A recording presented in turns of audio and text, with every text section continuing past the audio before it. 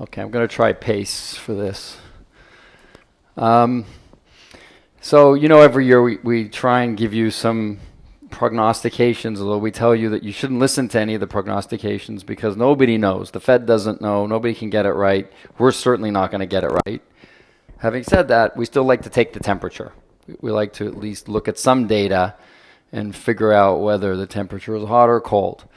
So we're starting with the lamb chop index. All right, this is the price of a rack of lamb chops at the Granite Club.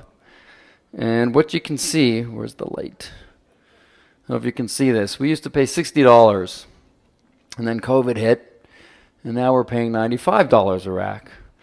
So pretty soon we're going to have to start charging for the lamb chops. But this is, we laugh, but everything is more expensive. Everything feels more expensive. So let's look at inflation. So Dave Rosenberg, conveniently enough for us, published a great chart book about a week ago. So a hat tip to Dave. We've subscribed to his stuff.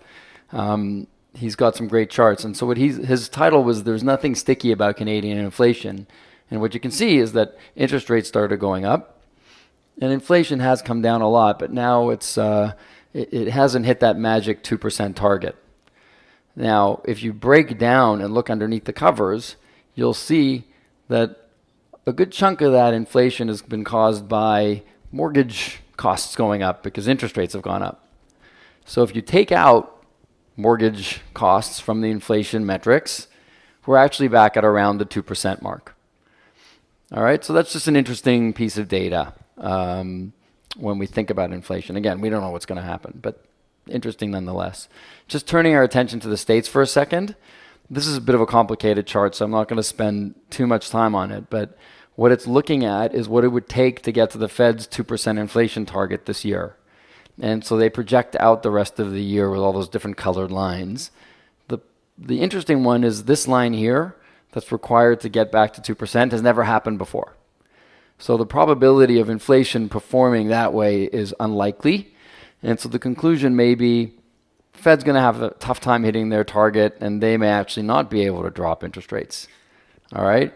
And so you may see a diverging picture between Canada and the US. This one I also thought was also quite interesting. Again, it's in the States.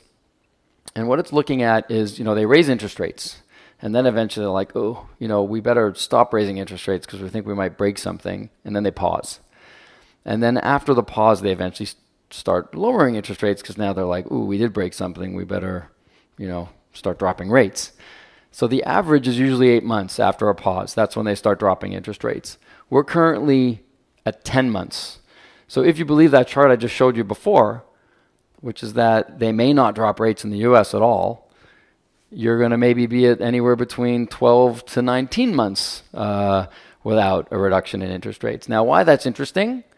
So you see here in 97, 98, they went for 18 months, and then we had, I don't know if you remember, the Asian tigers all blew up, and they had sovereign defaults, and I think the Russian ruble was devalued then. So bad things happened in that period. 06 and 07, bad things happened. That was the great financial crisis. And even in 69 and 70, bad things happened. There was a recession in the early 70s. So again, we don't know what's going to happen, but there's a possibility. What I think this chart is telling us is that the probability of something bad happens increases the longer that they don't decrease interest rates, which makes perfect sense. So that's just America, and why we have to pay attention is because, when the U.S., what do they say, when the U.S. sneezes, Canada catches a cold. So you still need to pay attention to what's happening there. This is just showing in Canada weekly household effective interest rates. All you need to know from this chart is that they've gone up a lot. Okay, everybody knows that. In fact, it's been the sharpest 3-year interest rate surge in 4 decades. So you have to imagine that it's causing a lot of strain when that happens. All right, so interest rates have gone up a lot, and they've gone up really quickly. Businesses are now paying the highest borrowing costs since 2000. So it's taking a toll on businesses. You can't imagine that they're investing a lot in this kind of environment, which ultimately has to start being reflected in economic growth. And this is another interesting chart, again, looking at Canada versus the US. So Canada, the consumers, this is household debt service as a share of disposable income, okay? So Canada and the US generally tracked each other historically. But then what happened in '08, America had their reckoning. People went bankrupt. They they either went bankrupt and deleveraged that way, or they stopped spending and they started healing their balance sheets. But either way, America got actually relatively healthy, their consumers. Okay? Canada didn't have a reckoning. We kind of just, kept on ticking along and then started to leverage up again or leverage up more. So the Canadian consumer is not in the same shape as the American consumer. And so for us, that means probably Canada faces more headwinds than the US. Don't pay too much stock in this. We have been approached by one of our borrowers who has given up on Canada, and now he's starting to build in Naples. We may explore incubating a lending strategy in the US for those of you who have condos who need US dollar income. That would be a syndicated loan. It would not end up in the fund. But anybody's interested in US dollar income, call Ricky. But this is something that we're tracking because we think that it could have an impact on, the demand side if the Canadian consumers are in trouble. What the consumers are actually telling you is that they're in trouble. And so they're not necessarily deleveraging yet, but this is measuring household credit market debt year-over-year percentage change. So what it's showing, the year-over-year change is declining. So people are taking on less debt. They're not quite deleveraging yet, but they're starting to say uncle, okay? Which is actually a good thing. So obviously, interest rates go up, bankruptcies are up. Okay, so again, we're just taking the temperature, right? Interest rates are higher. Bankruptcies of both businesses and households have gone up. GDP per capita on a real basis is down. All right, that's what happens when you increase interest rates. It's constrictive for the economy. Another concerning one is productivity growth. So productivity growth is a wealth generator. You can't actually generate wealth if you don't have productivity growth. And we're not going to get into politics here, but the policies of the government haven't necessarily been encouraging productivity growth, and so it's being reflected in the numbers. Productivity growth, bad. Now let's go to we usually do Economics 101. We look at supply and demand, and we think about the drivers of supply and demand. So on the supply side, there's been a secular 20-year trend in a reduction of supply. This is single-family housing starts. So the trend is not good for housing starts, okay? Which is actually good for us because less supply means prices stay high. Demand in the same period is up, and it's up a lot. Immigration is unprecedented. You're probably going to see a political backlash against immigration, so maybe you're seeing it already. So you may see immigration slowing down. But in the meantime, you've had huge population growth, and when your population is growing, they need somewhere to live. I like this chart. So the title is a 5,000-year storm. What this chart is measuring, it says ratio of growth in working age population to housing starts. So it's trying to measure the ratio of the population growth to how many. So are you creating enough housing for all of the growth in the population? Forget about all the statistics and all the squiggles. All you need to know is that if the blue line is above the red dotted line, you've got a housing surplus. And if the blue line is below the red dotted line, you've got a housing deficit. So I didn't love stats at school. This is a 5 standard deviation move, okay? Depends if you believe Google's AI or ChatGPT's AI. This is somewhere between a once in a 5,000-year event and a once in a 434,000-year event. So in any event, it's highly improbable that you would have such a distorted supply demand curve. So obviously it's not sustainable. Something's got to give. But what it does tell us is that the stuff that we're lending against, which is housing, probably has a reasonable floor underneath it. You probably, the probability of something catastrophic happening in housing is a little bit muted by this. Okay, so unemployment, again, is one of the demand drivers. We've had a long time where unemployment has been going the right way. Now you're starting to see early signs of a turn where unemployment is going up.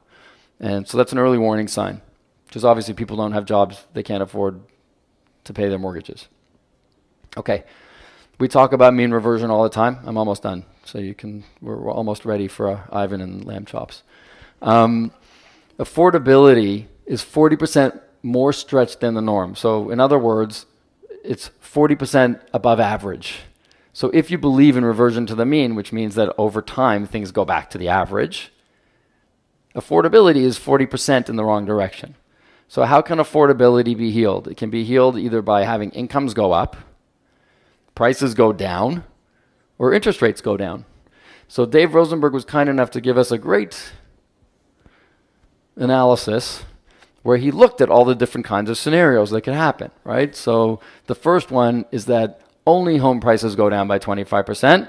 That would get you back to your average affordability, okay? We get rid of that 40% deviation. The second one would be all mortgage prices go down by 140 basis points, 1.4%. Or all income goes up by 30%. And then he looked at a whole bunch of different combinations. And he said that his base case is that house prices go down by 10% and mortgage interest rates go down by 1%, by 100 basis points. I don't know what the answer is, but it is interesting to do a little mental exercise, right? Put up your hand if you think incomes are going to go up by 30%. Probably not, right? Oh, Max does. He's always a contrarian. Anyway, so other than Max, okay, that's one of the scenarios where interest rates don't change, is if incomes go up by 30%. The other scenario where interest rates don't change is if house prices go down by 25%. It's possible, but maybe not probable. And I'll show you in the next slide why. I think house prices could go down, but 25% would be a pretty surprising drop. And then the last scenario where mortgage rates don't go down is a combination of home prices going down by 10 and incomes going up by 20. I presume Max is the only person in the room who thinks incomes are going to go up by 20. So the conclusion is that in any scenario, you probably need to see some sort of reduction in interest rates, which we may see tomorrow. We'll find out. But it's not an unreasonable expectation to assume that there will be some sort of moderate decline in house prices, plus a reasonably material decline in interest rates. And I think the last slide is this one. So we always show this. I love this slide. So mean reversion, right? House prices have gone up by 7% a year in Toronto since the 60s. You don't even need to be smart to do this analysis, but this instructs our risk management at foremost. We look at prices and we say, are they above or below average? And this little blip over here looks small, but at this AGM, when we were talking about this, it looked like this. And we were saying, we're paying attention here. Prices have gone up a lot more than average, so we took our foot off the gas. So we actually took our foot off the gas in 2016. I don't know if you remember what happened then. They changed the B20 rules and house prices went down. And that looks like a minor little blip, right? And then what you got after COVID was this. So prices went up 46% above the mean. And what Ricky had referred to and what I talked about, we started taking our foot off the gas around here when we saw that it was getting enough above average that it was uncomfortable. And so today, hopefully, we're enjoying the benefit of what we did then. We took our foot off the gas then so that today we could be in the position where we still have liquidity. Yes, delinquencies have gone up, but they haven't gone up catastrophically. Normal working course delinquencies for us would be, call it up to 7.5%. And now we're at 12.5%, and one set of borrowers who represent loans that represent 7% of the portfolio, we're pretty confident is money good. So prices now, they came down. And we're pretty much bouncing around the mean. You're 6% above average, which is reasonable and manageable. So when we think about that scenario about house prices going down 25%, more likely when they're 46% above average, less likely when they're at the historical average. And so when we're looking at the world and, we've had trouble deploying capital, we've been in cash for a long time. Our bankers, who I saw somewhere here, are not happy with us because we're not borrowing money. But we wanted the liquidity and we wanted to only put the money out when we felt that we had loans that were compelling. The good news is I think we're going to see more compelling loans.